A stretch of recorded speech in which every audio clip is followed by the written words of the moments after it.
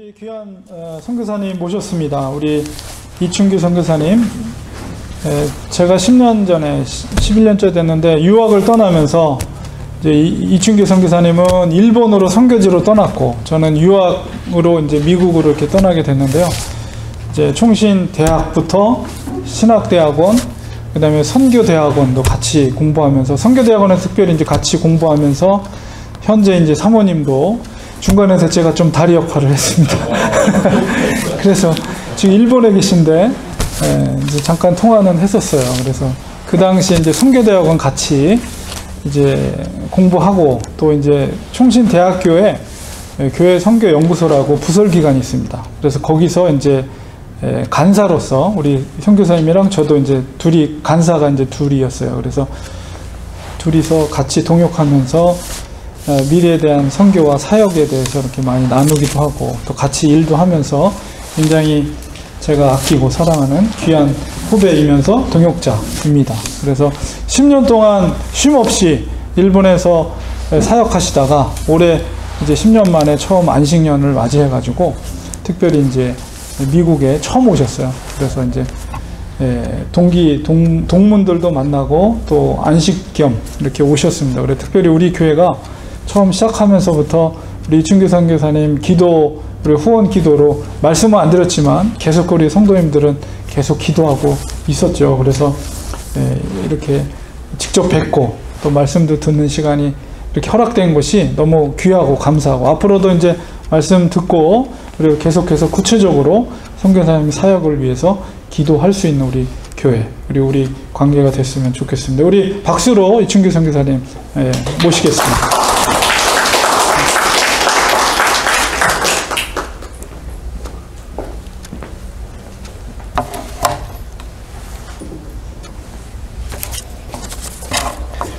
할렐루야. 아멘. 네, 반갑습니다. 소개받은 이춘규라고 합니다. 여러분들 이렇게 만나 뵙게 돼서 너무나 감사드리고요. 오늘이 제가 미국에서 처음으로 예배를 드리는 그런 시간이 됐습니다. 여러분들과 함께 하나님께 예배 드릴 수 있는 그런 특권을 이렇게 하나님께서 허락해 주신 것 다시 한번 감사드리고요. 여러분들이 뵙게 돼서 감사드립니다. 그리고 또 저희들을 위해서 기도해 주시고 마음으로 함께 해주셔서 다시 한번 감사드린다는 말씀을 드리도록 하겠습니다. 소개받은 대로 저희는 일본에서 웩 국제선교회라는 단체에서 소속돼서 사역을 하고 있습니다. 우리 정영호 목사님과는 정말 우리 친형과 같은 그런 마음을 저희가 갖고 있고요. 저희가 결혼하는 데 있어서도 결혼할 때도 여러 가지 부탁이 있을 때마다 그냥 뻔뻔하게 부탁을 했던 그런 관계인데요. 이렇게 목사님께서 미국에서 성실하게 공부와 학업하시고 또한 사역하시고 이런 모습들이 굉장히 저에게 도전이 되고 격려가 되고 있습니다. 제 목사님을 생각할 때 드는 마음은 굉장히 나다나엘 같은 그 마음속에 굉장히 정말 악한 것이 없는 그런 분이라는 그런 마음을 갖고 있습니다. 제가 겪어보고 또 생활하고 함께 긴 시간을 보내면서 그런 얻은 그런 이미지입니다. 그래서 여러분들께서 그런 면에서 하나님께서 여러분들을 또 축복하실 것을 기대하는 마음이 있습니다. 아멘. 좀 기도 한번 하고 저희 사역에 대한 간단한 소개 겸 또 말씀을 나누는 시간을 갖도록 하겠습니다. 기도하겠습니다. 살아계신 하나님 아버지 감사드립니다. 하나님이 눈동자 항상 머물고 있는 렌초 한인교회 그리고 그 성도님들과 함께 주님께 예배드리고 또한 주님의 이름을 높이며 주님을 기억할 수 있는 그런 시간을 주신 것 주님 감사드립니다. 부족하지만 오늘 정말 하나님이 행하신 일을 나누고 주의 말씀을 나눌 때 성령께서 역사하시고 주님의 나라가 임하며 주님의 뜻이 이루어지는 시간이 될 수 있도록 주의 역사하여 주시옵소서. 우리 한 분 한 분에게 필요한 주님의 말씀과 음성으로 함께하여 주시기를 간절히 소원합니다. 감사드리고 예수 그리스도 이름으로 기도하였습니다. 아멘. 저희 뒤에 있는 사진이 저희 가족 사진입니다.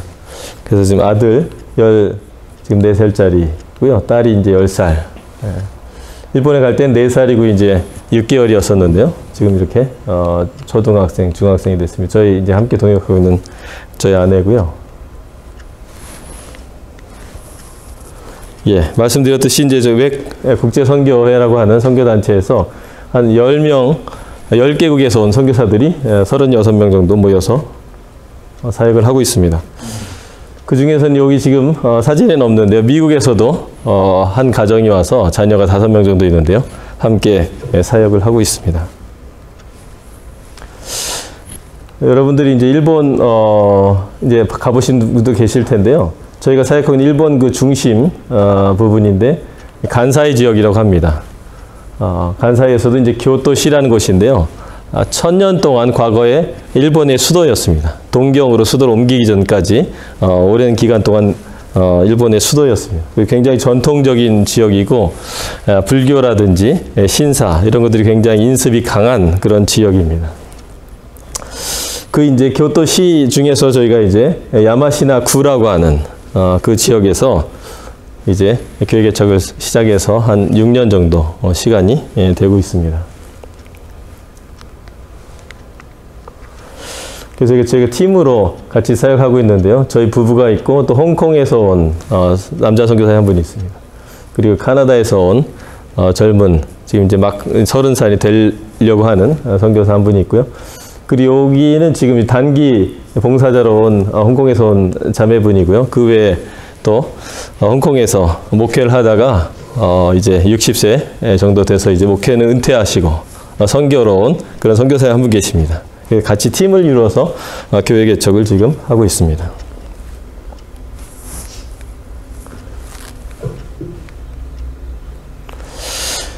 그리고 여러분들께서도 기도해 주실 것이라셨을 거라 생각되는데요. 저희들이 그 전에 이렇게 한 50년 넘은 일본 그런 일반 가정집을 빌려가지고 거기서 교회를 시작하고 처음엔 저희가 저 위에서 2층에서 살면서 이렇게 사역을 시작했었습니다. 그래서 여러 가지 이제 일반 가정집으로 세를 하다 보니까 십자가를 걸 수 없는 부분도 있고 여러 가지 또 저희들이 하나님 주신 비전이 있어서 그런 사역 센터를 위해서 기도했습니다. 근데 하나님께서 작년에 기도를 응답해 주셔서 저희들이 사역 센터를 이제 물론 은행 융자도 받았지만요 이렇게 구입할 수 있는 그런 은혜를 갖게 되었습니다. 예. 그 간단히 동영상 저희 사역한 모습들을 이렇게 소소하게 되지만요 동영상을 좀 보여드리고 나서 말씀을 이어갈 수 있도록 하겠습니다.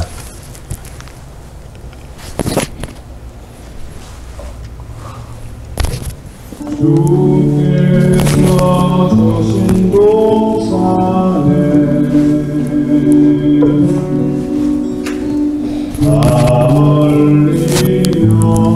잘 보이시나요? 씨를 뿌리며 내 모든 삶을 드리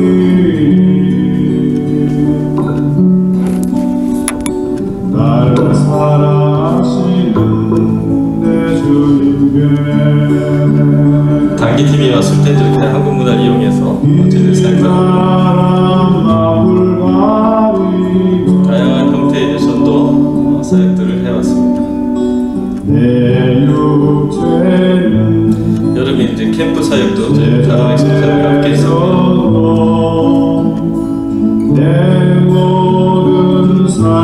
불신자들 초청해서 캠프를 하면서 몸을 잡는 사역을 했습니다.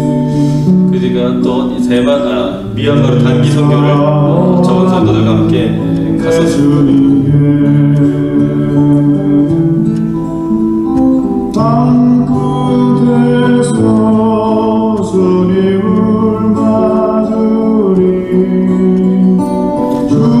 지역 초등학교에 저 단기팀이 왔을 때 음악 시간을 활용해서 저희들이 공연을 하고 또 저녁 때 저렇게 불신자들 초청해서 전도 집회를 했었습니다.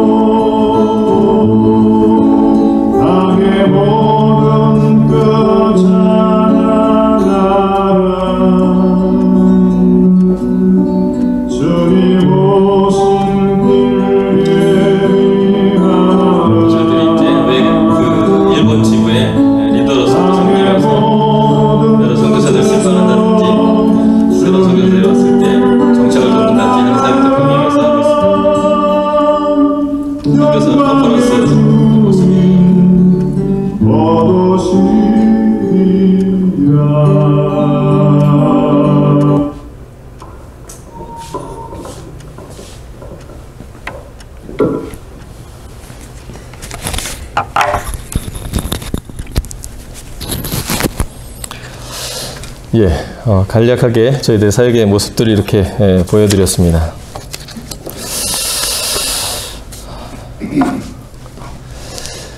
제가 이번에 이제 처음으로 미국을 방문하게 됐는데요. 여러분들은 일본에 대해서 어떤 그런 느낌을 갖고 계십니까? 이제 좀 한국에서 떨어져 계셔서 일본에 대한 여러분들의 마음은 좀 어떠신지가 좀 궁금하기도 한데요.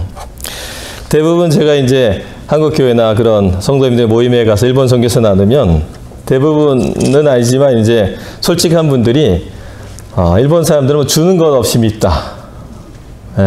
뭐 그런 말씀들을 많이 하세요. 그리고 어떤 분들은 이제까지 본인이 한 번도 일본 사람이라고 불러본 적이 없는데 선교사의 말씀을 듣고 나서 이제부터는 내가 항상 일본 놈이라든지 뭐 이렇게 불렀었는데 이제부터는 일본 사람이라고 부르겠습니다 라고 말씀하시든지 이런 분들이 상당히 많이 있습니다. 제가 이제 2008년도에 일본에 들어가서 사역을 시작했었는데요. 2007년도에 선교지 조사를 겸해서 일본을 방문했습니다. 11년 전 일인데요. 그래서 일본 선교에 굉장히 뜨거운 마음을 가지고 이제 일본 현지를 방문했습니다. 그래서 하루는 이제 일본 목사님들이 모임을 하시는 장소에 이렇게 참석을 하게 됐습니다. 그때는 일본말도 하나도 못할 그런 때였기 때문에 그냥 뭐 대충 어떻게 돌아가는 거나마 알지 자세한 내용도 알지 못하는 그런 상황이었는데요. 먼저 모여서 이제 예배를 드리고 계셨습니다. 그래서 한 70대 중반 되시는 일본 목사님이 나오셔가지고 백발의 호리호리한 분이 오셔서 이렇게 자근자근하게 말씀을 나누고 계셨습니다. 그래서 참 이렇게 기독교인이 1%도 되지 않는 그런 나라에서 참 평생을 들여서 이렇게 복음을 위해서 애쓰신 저분 참 대단하시다. 이런 마음을 처음에 가졌습니다.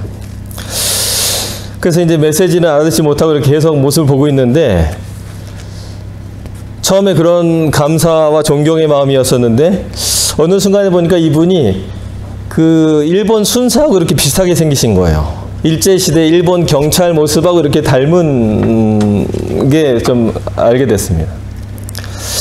영화나 이런 드라마에서 봤던 그런 일본 순사, 한국 사람들 막 괴롭히고 못 살게 굴었던 그 순사의 모습하고 너무 이분이 닮으신 거예요. 그 생각이 들기 시작하니까 마음 한구석에서 갑자기 이렇게 막 분노와 미움이 막 이렇게 솟아나는 걸 제가 느꼈습니다. 굉장히 당황스러웠습니다.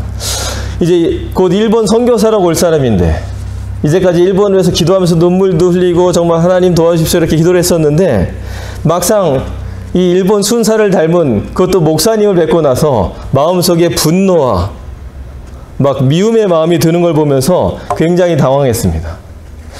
난 딴 사람도 아니고 지금 일본에 선교로 올 사람인데 내 마음속에 이런 마음들이 있다니. 근데 그런 마음이 점점 마음속에서 커졌습니다. 근데 어느 한순간에 막 앞에 나가가지고 막 한 대 때려주고 싶은 그런 마음속에 충동까지도 올라왔습니다. 주여, 이게 어떡합니까? 그래서 이제 당황하는 가운데 이렇게 예배가 끝나서 이제 잠시 쉬는 시간이 됐습니다. 마음속에 갈등이 있었습니다. 주님, 제 마음속에 이런 마음이 있었다니.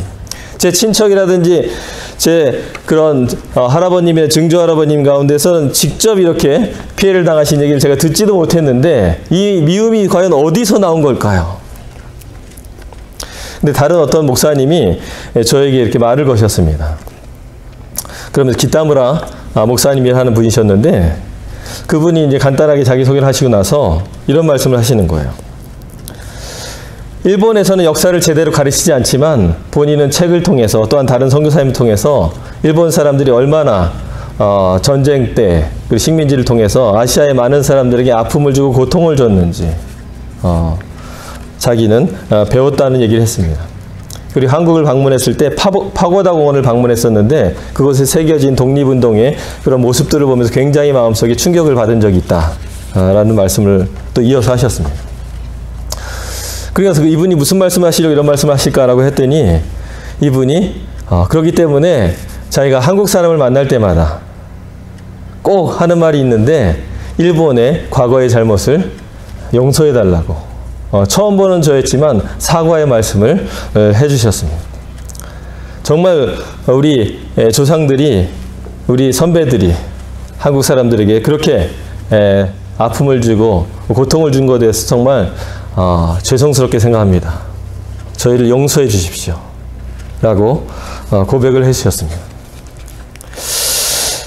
근데 희한하게도 그 고백을 듣고 나니까 제 마음 속에 이렇게 응어리처럼 올라왔던 그 분노와 미움이 조금씩 사그라지는 것을 경험하게 됐습니다.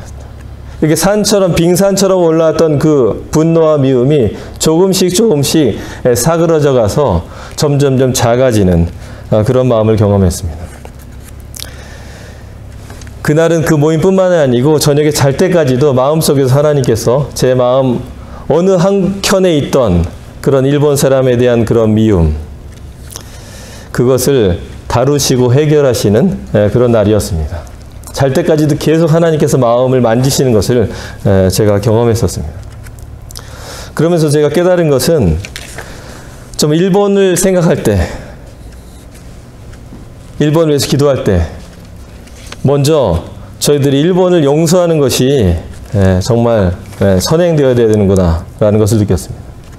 그리고 기타무라 목사님은 저에게 부탁하시기를 한국 분들을 만나는 곳곳마다 본인이 이렇게 사죄의 말을 한 것을 꼭 전해달라고 이렇게 부탁을 해주셨습니다. 그래서 제가 이제 일본 선교 나눌 때마다 그 부탁 말씀을 이렇게 실천하고 있는데요. 부디 일본 사람들을 용서해 주십시오. 여러분의 마음속에 어떤 무의식 중에 혹여나 그런 불편한 마음이 있으시다면 일본 사람들을 용서해 주시면 감사하겠습니다. 일본 선교는 어떻게 보면 아프리카나 동남아시아에 비해서 매력이 없는 선교일 수 있습니다. 가난하고 헐벗고 굶주린 곳에 가서 돕고 이런 선교가 훨씬 선교사답지 그냥 잘 살고 부유한 곳에서 선교하는 그런 선교사의 모습이 그다지 선교사 같지 않을 수도 있습니다. 하지만 일본 선교야말로 하나님의 용서의 복음이 뭔지를 우리로 하여금 경험하게 하고 체득하게 하는 그런 축복이 있습니다. 정말 십자가에서 자신을 향해서 손가락질하고 십자가에 못 박으라고 외쳤던 그 군중들 향해서 주여 저들의 죄를 용서하여 주시옵소서. 저들은 저들이 하는 것을 알지 못합니다 하고 기도하셨던 그 예수님의 마음, 용서와 화해의 복음을 주셨던 그 예수님의 마음을 경험할 수 있는 것이 일본 선교라고 생각됩니다.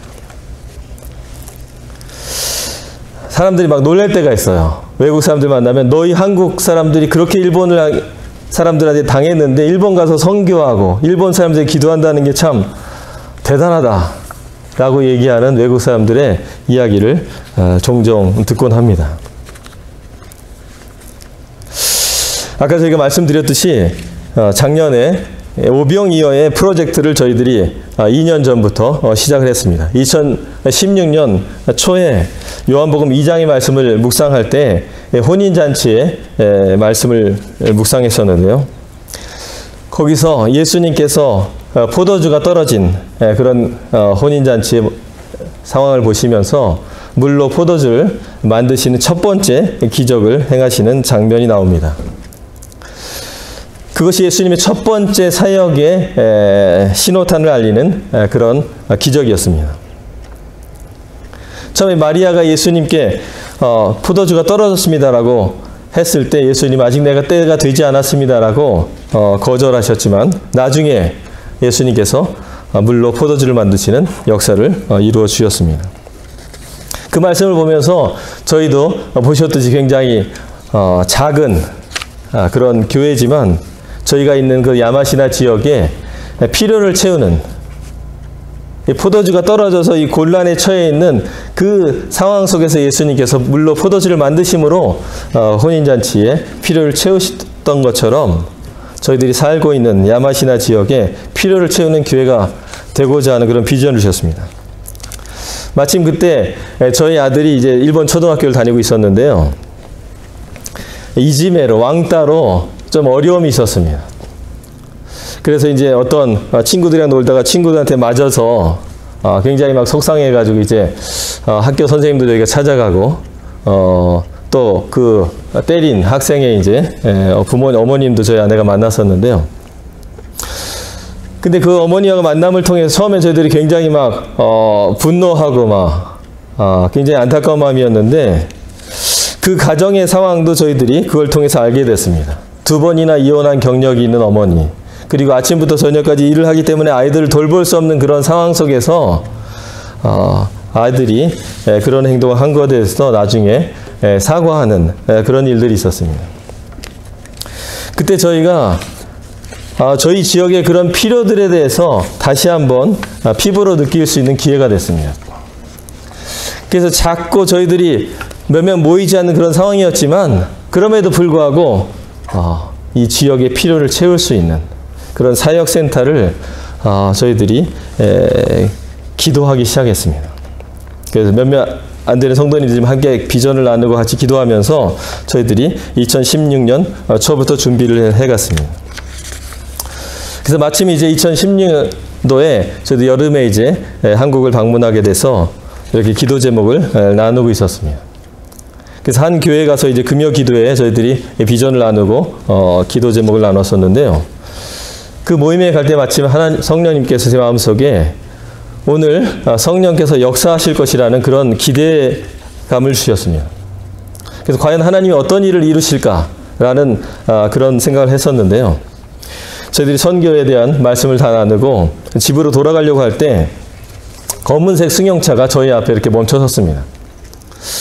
그래서 이게 무슨 일일까 했는데 그래서 한 분이 나오시더니 처음 뵙는 분인데 오늘 말씀을 듣는 가운데 성령님께서 역사하셨다라고 하면서 저희에게 헌금을 하고 싶다는 말씀을 해주셨습니다. 그래서 나중에 이제 알고 보니까 그분께서 저희에게 한국 돈으로 1,000만 원을 처음 뵙는 분이었는데 헌금을 해주셨습니다. 그래서 저희가 그때까지만 해도 이 지금 사역센터를 구입한다는 건 작은 문제가 아닌데 과연 될까라는 그런 회의도 있었습니다. 하지만 그 헌금을 통해서 하나님께서 정말 이거 기뻐하신다. 하나님께서 예스라고 말씀하신다라는 그런 사인을 주셨습니다. 그리고 나서 2개월 후에 저희 교회에서 처음으로 오비용이어 헌금을 드렸습니다. 이 사역센터를 구입하고 그리고 더 나아가서 그 지역의 필요를 채운다는 그 어마어마한 필요 앞에 저희들은 오병이어와 같은 보리떡 5개와 물고기 2마리와 같은 그런 존재처럼 보이는 그런 상황이지만 물고기 5마리와 물고기 2마리와 보리떡 5개가 예수님의 손에 들려졌을 때 그 5,000명이나 되는 사람들을 먹이고도 12광주리가 남는 역사가 일어났다는 것을 기억하면서 저희들이 첫 번째 헌금을 드렸습니다. 비용이 어느 정도 되니까 어느 정도 해야 돼 이런 계산적인 것이 아니라 단순하게 주님을 신뢰함으로 우리 손에 있는 것을 주님께 드리자 이런 마음을 가지고 저희가 첫 번째 헌금을 드렸습니다. 역시 많지 않은 액수의 헌금이었지만 얼마 후에 하나님께서 그 전에 방문했던 홍콩 팀을 통해서 저희에게 한 3천만 원 가까운 헌금을 주셨습니다. 그때 저희가 오비용이어의 그런 작은 체험을 할 수 있었습니다. 우리가 갖고 있었던 것을 그대로 주님 보리떡 5개와 그리고 물고기 2마리 같이 보잘것없이 보이는 거였지만 주님께 드렸을 때 주님께서는 그것을 통해서 일하실 수 있는 분이라는 것을 저희에게 보여주셨습니다. 그리고 나서 그 다음 해가 되어서 저희들이 이제 여름에 외국인들도 그런 은행에서 융자를 받을 수 있다는 사실을 처음으로 알게 됐습니다. 그래서 본격적으로 이제 건물들을 찾게 됐었는데요. 마땅한 건물을 기도하는 가운데 저희들이 찾게 됐습니다. 그리고 은행 융자가 있더라도 그 건물을 구입하는 데는 한 8천만 원 정도의 자금이 한 2주 안에 필요했었습니다. 그래서 이제 선교사들이 저희 팀에 모여가서 같이 기도하면서 어떻게 하는 것이 정말 하나님의 뜻일까라고 저희들이 얘기를 하는데 대부분의 선교사들이 하나님께서 여기까지 인도하셨기 때문에 우리는 믿음으로 가야 된다라는 그런 고백을 했습니다. 저는 이제 좀 리더였기 때문에 좀 더 신중하게 우리가 이것을 해야지 하겠다고 해놓고 나중에 안 되면 정말 그 덕이 안 되기 때문에 좀 더 기도를 해보자 이런 마음이었습니다. 근데 일주일이 지났는데 홍콩의 선교사를 통해서 그 8천만 원의 금액이 채워지는 역사가 일어났습니다. 그 간증들도 보니까 어떤 자매는 이 헌금을 하기 위해서 부모님께 돈을 빌려서 헌금을 하고 10년 동안 그것을 나눠서 갚겠다라는 약속을 하고 헌금을 했다는 간증을 들었습니다. 또 다른 청년 한 분은 본인이 이제 여러 가지 사업으로 바빠서 헌금을 제대로 못 드렸었는데 이번 기회에 헌금을 드려야겠다라고 생각해서 이제 헌금을 했는데 하나님께서 마음속에서 이것이 전부냐 라는 말씀을 주셨다는 겁니다. 그래서 생각해 보니까 은행에 그 잔고가 있는 거예요. 그래서 성경책에서 말씀을 해주셔가지고 할 수 없이 이제 그거를 할 수 없이랄까요? 어떤 그런 감동으로 그 자기가 이제 잔고를 전부 다 털어서 이제 헌금을 했다고 합니다. 그래서 이제 마음이 평안하겠지라고 생각했는데 또 하나님께서 이게 전부냐? 라는 말씀을 주셨다는 거예요. 전부인데요? 근데 나중에 생각해 보니까 외환 계좌가 있어가지고 거기에도 얼마의 그런 예금이 있었다고 합니다. 그래서 그것도 인출해가지고 헌금을 드리고 나니까 마음속에 이제 평안이 임했다는 그런 간증을 들으면서 저희가 하나님께서 그 비용을 채우시는 것을 경험했습니다. 굉장히 정말 눈물이 글썽거리는 그런 간증들이었습니다. 그래서 정말 할렐루야 하면서 이제 저희들이 9월달이 돼가지고 그 건물을 이제 계약하려고 하는데 불사 주인이 본인은 그냥 뭐 아무 생각 없이 이렇게 괜찮다고 했는데 가족들과 의논을 해보다 보니까 이 교회, 종교단체에는 건물을 팔 수가 없다는 그런 얘기를 했습니다. 미안하지만 자기가 혼자 결정하시는 문제가 아니기 때문에 이거 취소할 수밖에 없다. 이런 얘기를 했습니다. 굉장히 좀 이렇게 당황스럽습니다. 하나님께서 이렇게 놀랍게 기적적으로 재정을 채워주셨는데 왜 길을 막으실까? 그래서 한동안 저희가 기도가 부족한 게 아닐까? 더 금식하면서 기도해야 되는 건 아닐까? 라는 이렇게 생각도 하면서 기도했었습니다. 근데 일본은 굉장히 이렇게 선진국이면서도 굉장히 전통적인 나라입니다. 그래서 개인주의가 발달된 것 같으면서도 이런 가족이나 지역의 마을의 굴레가 굉장히 강합니다. 그래서 어떤 교회에 이렇게 참석하고 있는 구도자분이 계신데요. 예수님을 믿고 싶어서 이렇게 계속 예배를 참석하시는 거예요. 그것도 자그마치 10년 넘게, 어떤 경우에는 20년 넘게 이렇게 예배를 참석하십니다. 근데도 세례를 안 받으신 분이 계세요. 그래서 왜 이분은 20년 동안 예배도 드리면서 계속 빠짐없이 헌금도 하시고 주일도 잘 지키시는데 봉사도 하시고 왜 세례를 안 받으시냐고 물어봤더니 남편이 허락을 안 해줘서, 남편의 허락이 없기 때문에 세례를 못 받으신다는 거예요. 이런 부분들이 있습니다. 우리가 생각했을 때 그게 개인의 결정인데 이렇게 할 것 같은데 오히려 그런 가족의 굴레가 있습니다. 그런 면에서 이 주인도 결국 이 가족의 반대를 못 이기고 그것을 이제 캔슬을 시켰습니다. 그래서 저희들이 굉장히 좀 이렇게 황당한 그런 마음이었었는데요. 2달 정도 지나서 여러분이 아까 사진으로 보셨던 그 건물이 이제 새롭게 저희에게 나타나게 됐습니다.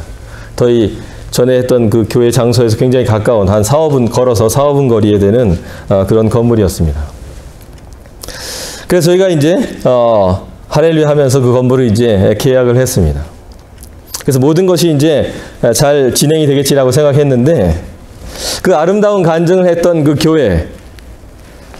교회에서 파송된 그 선교사가 여러 가지 일신장의 사정으로 교회 개척팀에서 사임을 하는 일이 생기게 됐습니다. 그러면서 동시에 그 교회에서 그 선교사가 사임하기 때문에 그 했던 헌금을 다시 회수를 해야겠다라는 그런 이야기를 해오게 됐습니다. 이제 계약을 했기 때문에 3주 내로 이 잔금을 치르지 않으면 계약금을 다 잃어버릴 수 있는 그런 상황이었습니다. 근데 저희 한국적인 상식으로 생각했을 때 헌금을 해놓고 나중에 또 다시 그걸 회수하는 일은 상당히 이렇게 받아들이기가 힘든 일이었습니다. 근데도 어떻게 하겠어요? 거기서 회수하겠다는데 거기서 싸우지 않는 한 방법이 없는 그런 상황이었습니다. 참 어떤 롤러코스터를 올라타가지고 한참 이렇게 올라가서 기쁘게 소리 질렀던 때가 있는가 하면 바로 또 밑으로 거꾸러지는 듯한 그런 기분이었습니다. 근데 하나님께서는 신실하게도 그 다른 성도들을 통해서 나머지 필요를 하나님께서 채우셨습니다. 그리고 저희가 생각한 이상으로 채우셔서 저희들이 건물, 20년 된 건물이었는데요. 리모델링을 하는 데 필요한 재정까지도 하나님께서 채워 주셨습니다. 정말 5,000명이라고 하는 어마어마한 군중들 앞에 놓여졌던 보리떡 5개와 물고기 2마리, 이깟것 어디다 쓸 수 있을까? 라는 그런 기분이 들 것 같은 그런 상황이었지만 성경에 기록된 그 오병이어의 말씀처럼 예수님께서는 그 보잘것없는 것을 통해서 놀라운 그런 역사를 이루어 주셨습니다. 어떤 목사님은 인생의 크기는 그가 믿고 있는 하나님의 크기와 비례한다라는 그런 말씀을 하셨습니다. 가장 신앙생활에 있어서 열쇠가 되는 것은 우리가 믿고 있는 하나님이 얼마나 위대하신 분인가를 우리들이 어떻게 이해하고 있는가가 아닐까라고 생각합니다. 우리가 믿고 있는 하나님의 위대하심의 그 크기, 어느 정도 위대하신 분인가 라는 것을 우리가 경험하고 이해하고 알아가면 알아갈수록 우리의 신앙의 삶이 그 크신 하나님 앞에서 크고 아름다운 경험을 하게 되는 것은 아닐까라는 그런 생각을 하게 되는 그런 경험이었습니다.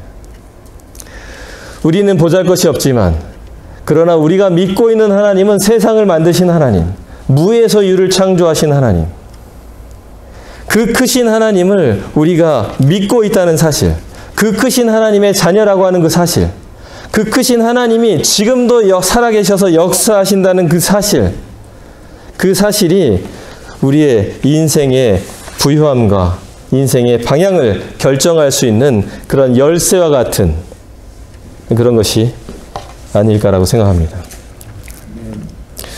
제가 미국에 와서 물론 어느 정도 예상했지만 이 땅의 그 사이즈의 크기, 특히 일본은 이 모든 것이 이렇게 막 작고 조밀조밀하고 막 이렇게 되어 있는 곳에서 생활하다 보니까 굉장히 이게 큰 사이즈가 더 크게 이렇게 마음에 와닿습니다.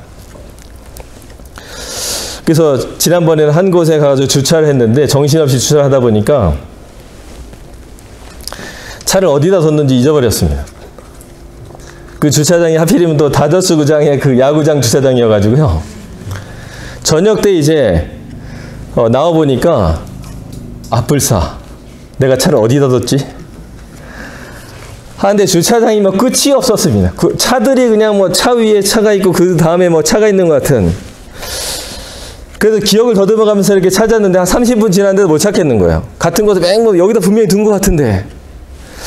그러니까 나중에는 정말 기도가 나오더라고요.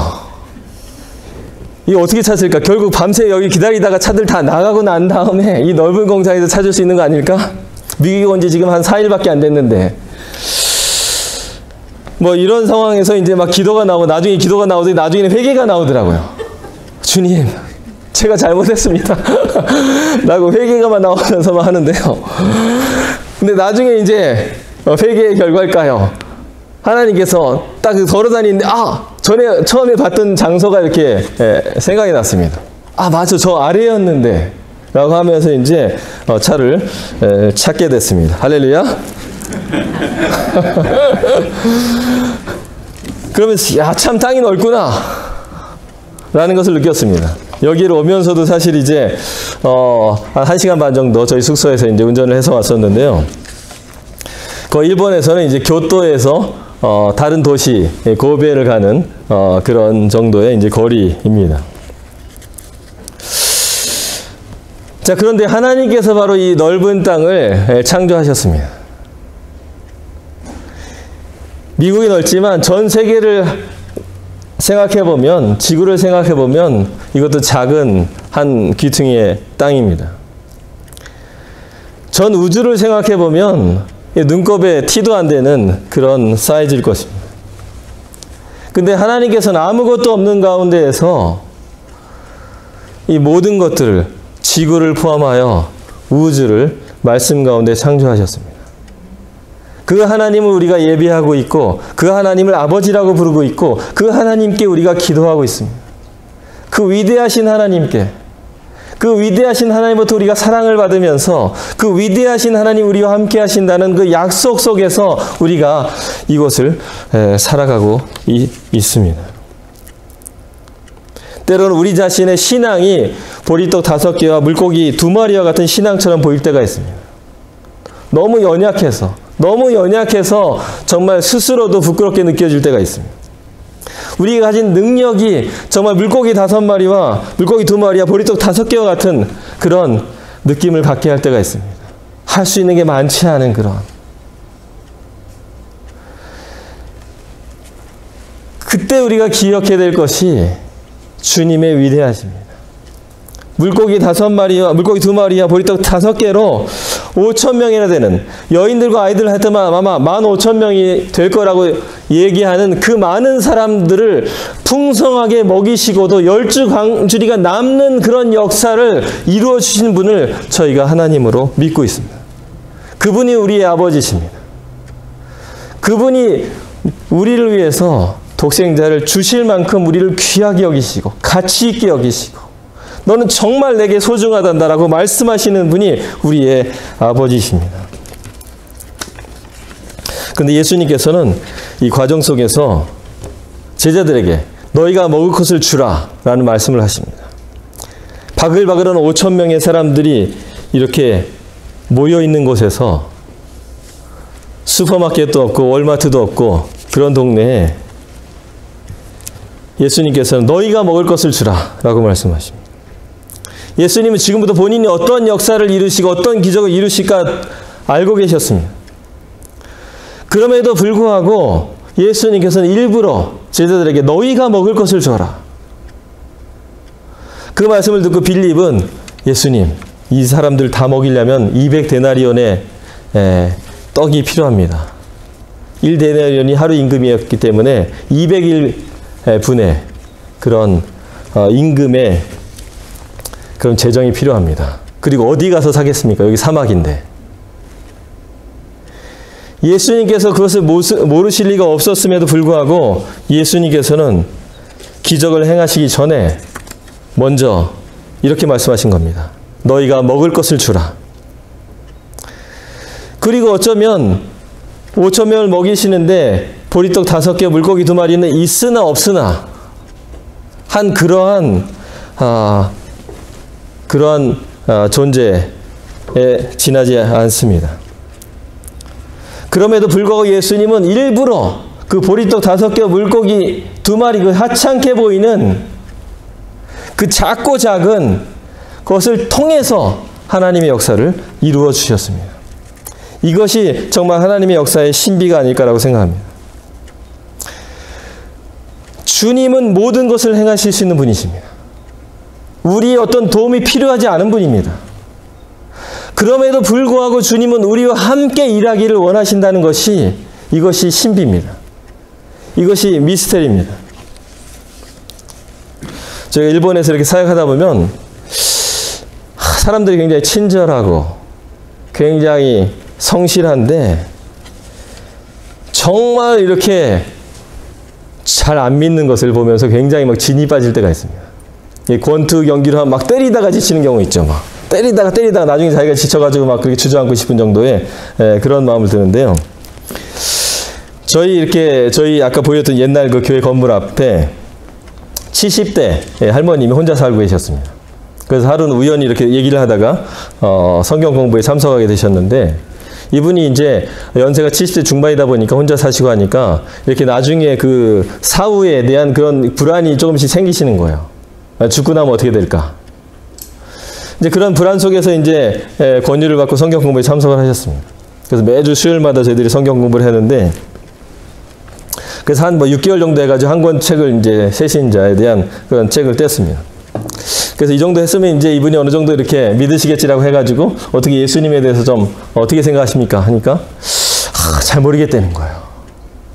일본 사람이 이렇게 막 푸시하고 이런 걸 싫어하다 보니까 그러면 또 네 알겠습니다. 자 그럼 다른 책을 한번 공부해 보죠.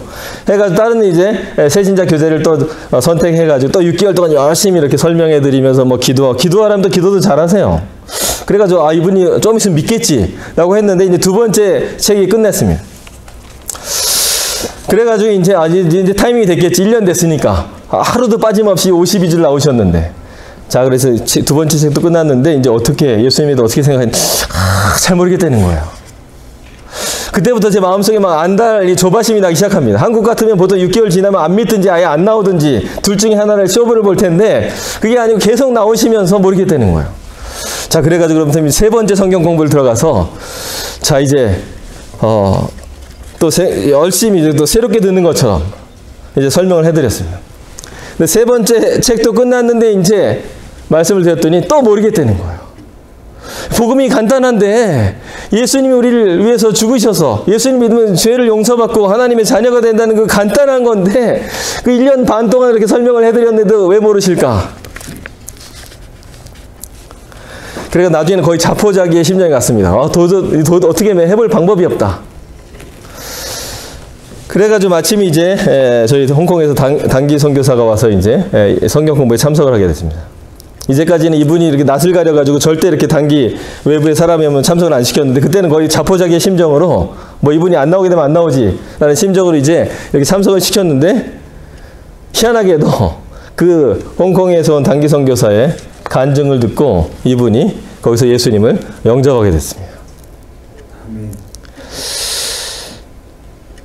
참 의외로 여태까지 이분을 편안하게 해드리려고 아무 그 단기 선교사도 참석 못하게 그렇게 해왔는데 이제는 뭐 도저히 나는 할 만큼 다 했습니다 주님 방법이 없습니다 라고 할 때 하나님께서 역사하시는 것을 경험했습니다.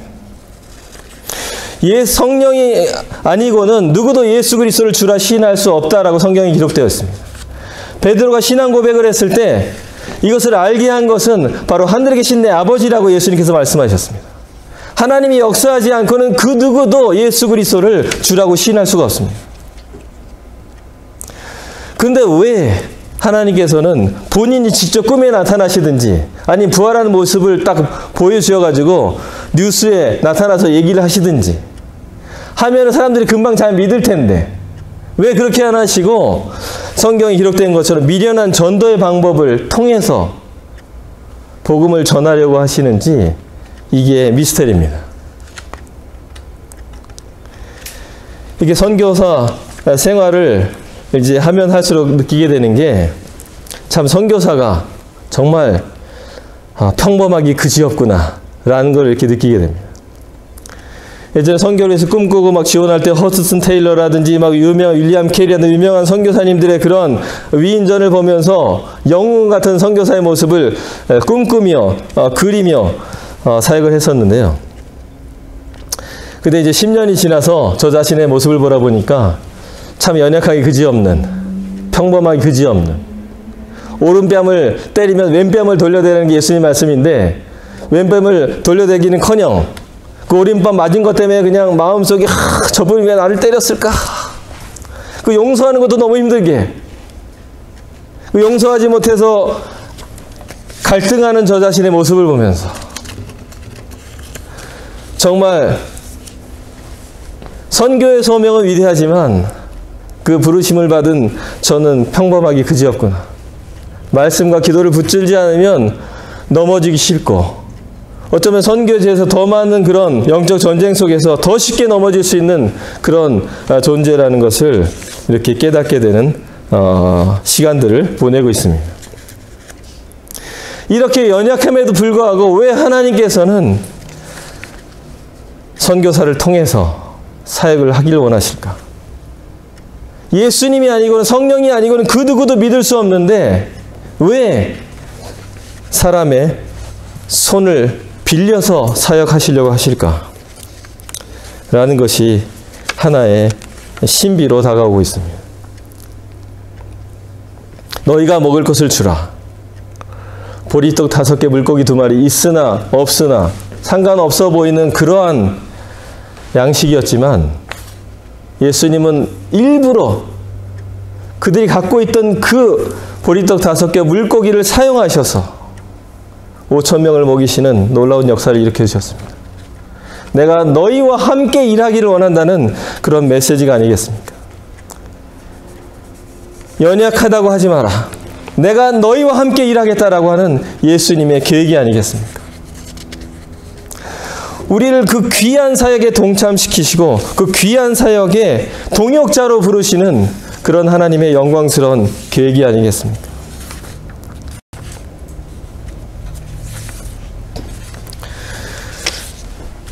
일본에서 이렇게 사역하다 보면 1%밖에 안 되는 기독교인이라고 수치적으로 얘기하지만 그게 어떤 건지를 이렇게 새삼새삼 느낄 때가 많이 있습니다.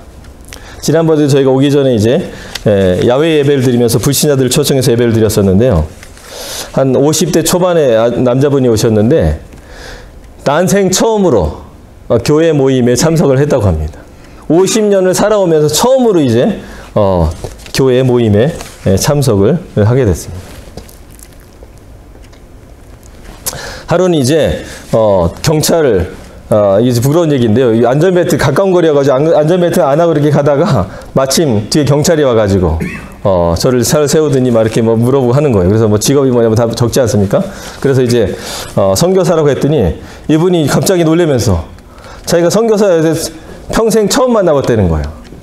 목회자를 태어나서 처음 만나봐서 되게 신기하다는 시 이제 이게 딱지 떼는 건 나중에 안 하고 막 계속 물어보는 거예요. 어디 사는지, 교회가 어디 있는지. 내가 지금 정말 난생 처음으로 경험했다라는 그런 이야기를 했습니다.